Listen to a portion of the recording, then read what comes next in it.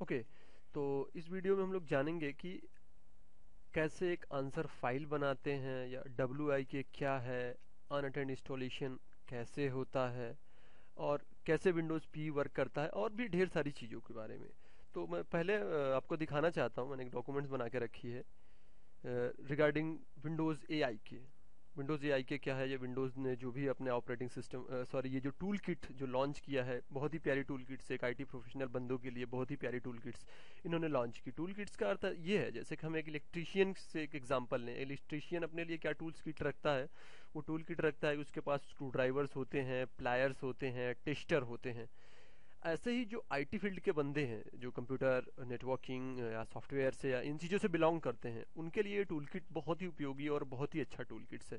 तो पहले मैं बता दूं ये टूल किट है क्या और क्या इसके एडवांटेज हैं, क्या हम इनसे क्या कर सकते हैं। तो विंडोज़ ऑटोमेटिक इंस्टॉलेशन किट जो माइक्रोसॉफ्ट द्वारा प्रोवाइड किया जाता है, is a collection of tool and technologies provided by Microsoft. ये माइक्रोसॉफ्ट ने डिजाइन किया है, जैसा कि डॉक्यूमेंट में लिखा गया है, to help deploy Microsoft operating system images in target computer for VHD in first introduction Windows Vista। कहने का मतलब विंडोज विस्ता से ये रिलीज किया गया है, और इसके भी कई वर्जन है, जैसे WIK के 1 है, 2.0 है, 3.0 वगैरह वगैरह। अब देखो इसमें जो टूल्स दिया है उसके बारे में थोड़ा सा बात करूं, तो हमने जाना कि ये टूल किट है जो आईटी प्रोफेशनल बंदों के लिए दिया गया है, जिससे कई चीजें वो कर सकते हैं। क्या क्या कर सकते हैं या क्या टूल किट्स है, क्या इसके एडवांटेज हैं, इस वीडियो में हम जानेंगे। Tools include with the WIK the followings. एक टेबल बना है, देखिए टूल्स क्या है। विंडोज सिस्टम इमेज मैनेजर या Windows SIM. The tool is open Windows system, create answer file, manage distribution, share and contributed set। हाँ, अब देखो ये क्या है, मैं आपको समझाता हूँ। ये विंडोज जो सिम है ना, जैसे हम मान लेते हैं आपके पास विंडोज विस्ता है, विंडोज सर्वर 2008 है, विंडोज सर्वर R2 है, 2008 R2 है, या 2K8 है, सॉरी टू विंडोज 8 है जो अभी हाल ही में रिलीज हुआ, लॉन्च हुआ माइक्रोसॉफ्ट द्वारा। इन सब का अगर हमें अनअटेंड इंस्टॉलेशन करना है, या इनकी जो इमेजेस होती है, इनकी इमेजेस होती है दो, इनकी इमेजेस होती है, एक बूट डॉट विम फाइल होती है, एक इंस्टॉल डॉट विम। इनके डीवीडी में अगर आप खोजोगे तो सोर्सेस डायरेक्टरी के अंदर ये होती हैं। तो उनकी इमेजेस में कोई चेंजेस आप करना चाहते हो, है ना, तो वो इसके थ्रू आप कर सकते हो। जैसे कि यहाँ पे देखा है साफ, आप आंसर फाइल बना सकते हो, और इमेजेस डिस्ट्रीब्यूशन शेयर और भी कई चीजें इसमें हम कर सकते हैं, और आगे वीडियो में उसके बारे में हम लोग देखेंगे या जानेंगे। और उसके साथ एक इमेज एक्स टूल दिया है, जो कि बहुत ही प्यारी, जो मैंने इसका यूज किया या जब तक कि मेरे एक्सपीरियंस रहा, या जब से मैंने इसके बारे में जाना है, जब से मैं यूज कर रहा हूँ, बहुत ही बढ़िया टूल लगा मेरे को। इस टूल का काम क्या है, ये the tool use to capture, create, modify and apply Windows images.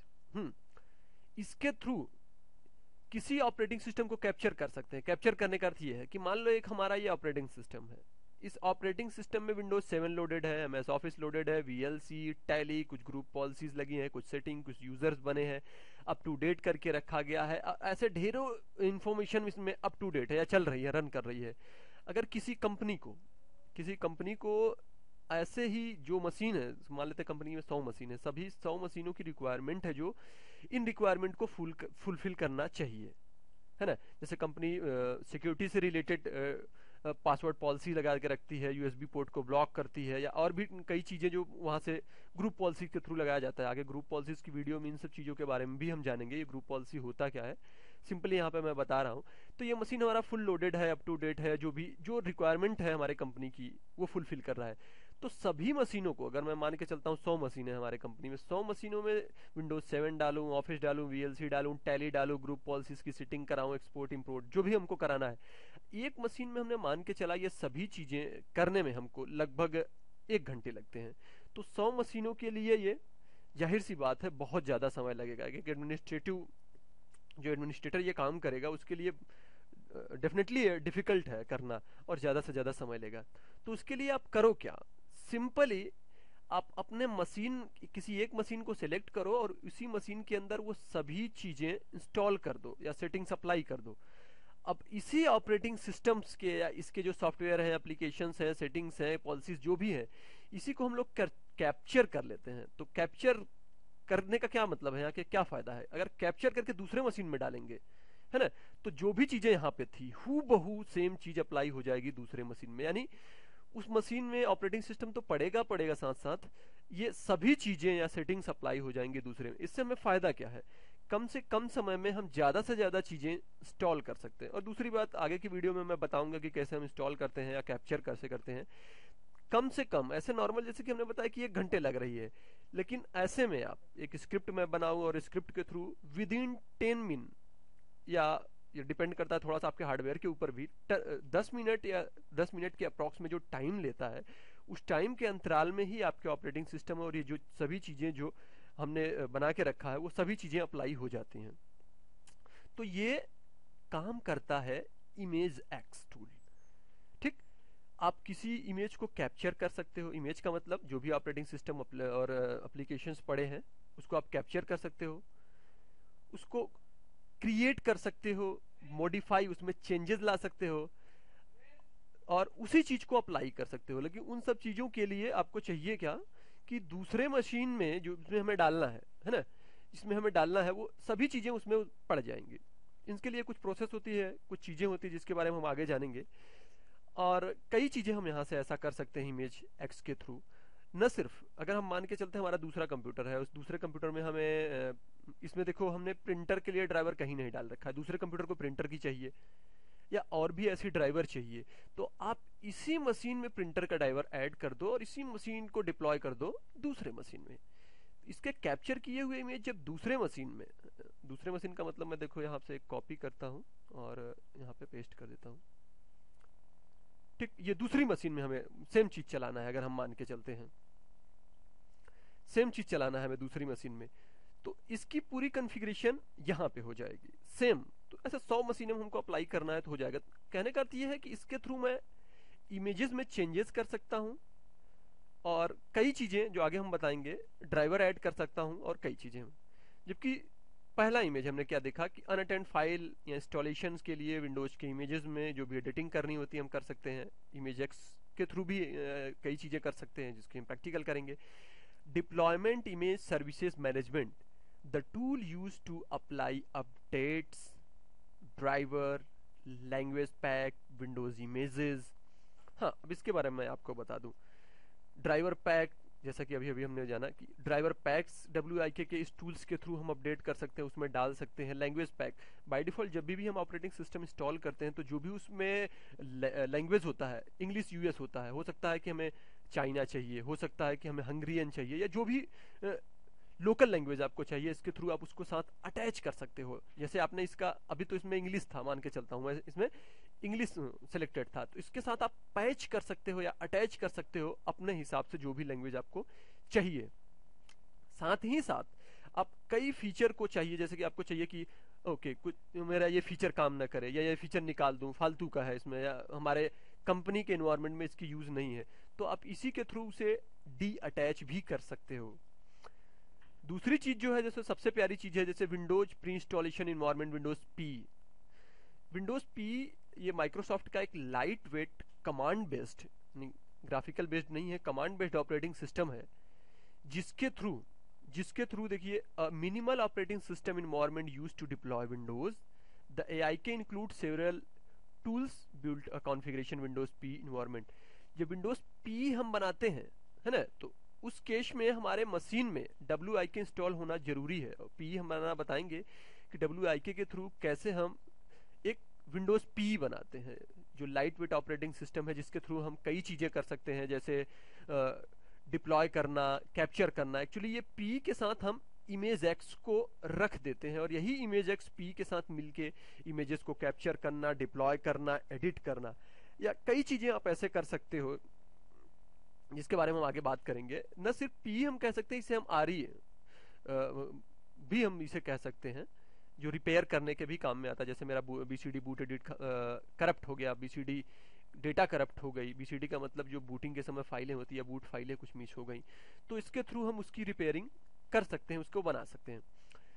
जो फाइनल मैं बताऊं, यूजर स्टेट माइग्रेशन टूल या USMT, इससे क्या हमको फायदा है, जब भी हम एक मशीन से, जैसे इसमें हम मान लेते हैं विंडोज विस्ता पहले रन कर रहा था और विंडोज़ विस्ता की डेटास को मैं माइग्रेट करके एक नए मशीन में लेकर जाना चाहता हूं जो विंडोज 7 लोडेड है।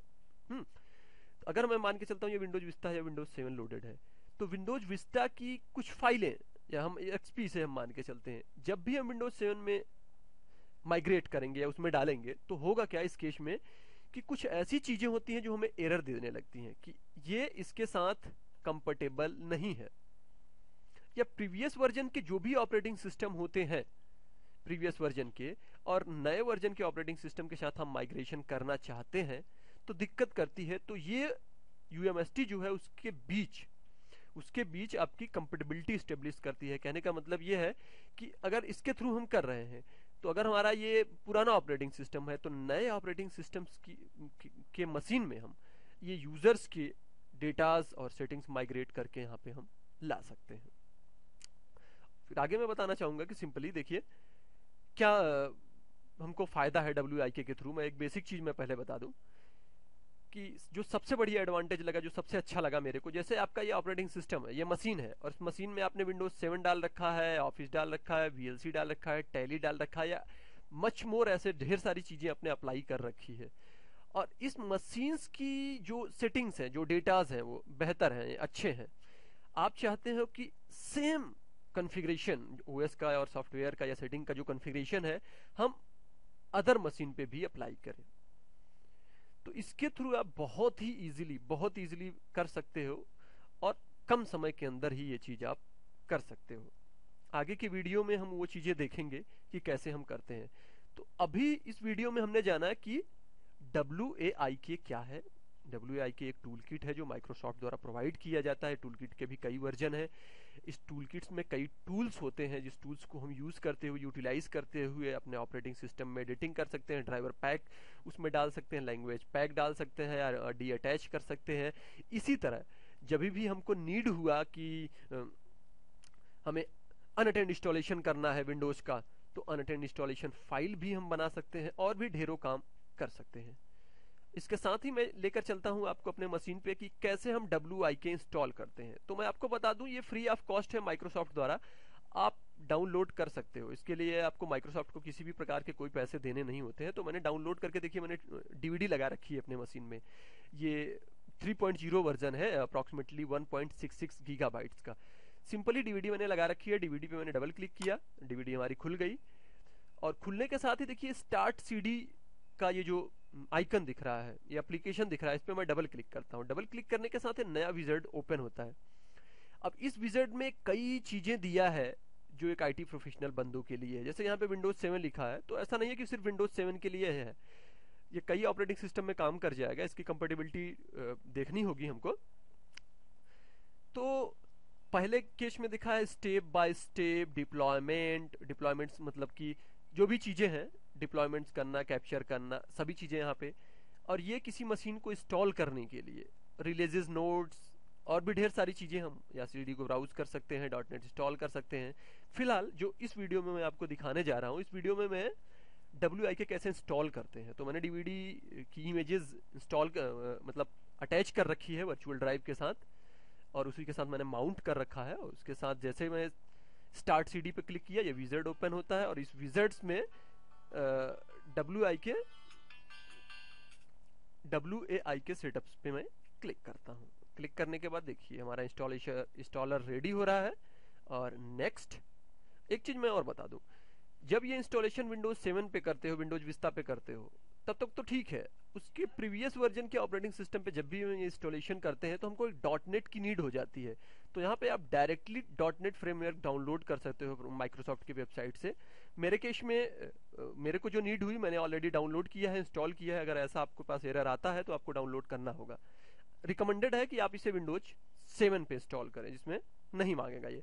और फिर सिंपली एग्री तो करना होगा हमको। और नेक्स्ट आप पाथ डिफाइन कर सकते हो कि कहाँ पे आपकी ये टूल किट इंस्टॉल्ड हो, ब्राउज करके। सिंपली मैं नेक्स्ट करता हूँ, बाय डिफॉल्ट जो C में जाता है हमारे। और नेक्स्ट इंस्टॉलेशन हमारी चल रही है और ये इंस्टॉलेशन थोड़ा सा समय लेता है, तब तक के लिए मैं वीडियो पॉज करता हूँ। ओके, जैसे ही हमारा इंस्टॉलेशन कंप्लीट होता है तो एक विजार्ड मिलती है, हार्डली 1 से 2 मिनट लेता है, तब तक के लिए मैंने वीडियो पॉज कर दी थी। और सब देखिए यहाँ पे लिखा Windows automated installation keys has kit has been successfully installed and मैं क्लोज करता हूँ। अब ये मेरा WAIK इंस्टॉल्ड हो गया है। तो उसको एक्सेस करने के लिए अगर आपके पास विंडोज 7 है तो नॉर्मली जब से स्टार्ट क्लिक करते हैं, जब मेरा विंडोज 8 है मेरे केस में, और यहाँ पे आप अगर ढूंढोगे तो WAIK टूल किट आपको मिल जाएगा। तो ये आपका विंडोज। तो आगे की वीडियोस में हम देखेंगे कि WAIK के थ्रू PE कैसे बनाते हैं। इस वीडियो में मैं एक बार फिर से आपको बता दूं कि इस वीडियो में हमने जाना कि WAIK है क्या और कैसे इंस्टॉलेशन करते हैं, क्या इसके बेनिफिट्स हैं, और बेनिफिट्स के बारे में आगे वीडियोस, नेक्स्ट वीडियोस में हम जानते रहेंगे। आज इस वीडियो के लिए इतना है।